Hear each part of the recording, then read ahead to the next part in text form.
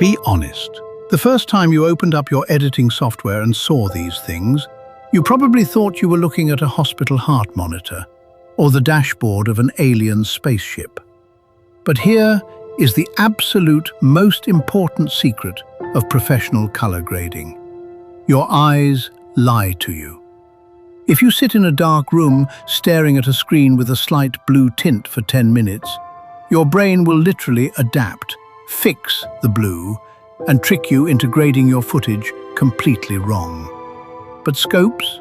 Scopes don't have brains. They don't get tired. They are pure, objective, mathematical truth. By the end of this video, these graphs are going to be your absolute best friends. Let's dive in. First up is the waveform monitor. Think of the waveform as a ruler that only measures one thing: brightness or luminance. It doesn't care about color at all. Read it from bottom to top. The very bottom line is 0, pure pitch black darkness. The top line, usually labeled 100 IRE or 1023 on a 10-bit scale, is blinding, pure white. Everything in between is your shadows, midtones, and highlights. Now, read it from left to right. The waveform exactly matches your video image horizontally. If there is a bright window on the left side of your frame, you will see a big mountain of bright data on the left side of your waveform. The pro tip: you use the waveform to check your exposure. You generally don't want your image data crashing hard into the 0 line. That's called crushing your blacks, and you lose all shadow detail. And you don't want it smashing through the top line. That's clipping, where your clouds turn into pure white, unrecoverable blobs. You want your data floating comfortably in between. The Vectorscope only cares about two things: hue, what color something is, and saturation, how much color there is. It looks like a standard color wheel. The center of the circle represents 0 saturation, pure black, white, or gray.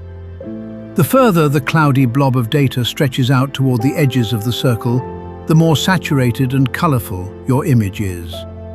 But here is why professional colorists worship the Vectorscope: the skin tone line. See this little diagonal line sitting between red and yellow? Because human blood is red, almost all human skin tones, regardless of race, ethnicity, or tan, fall exactly along this specific line.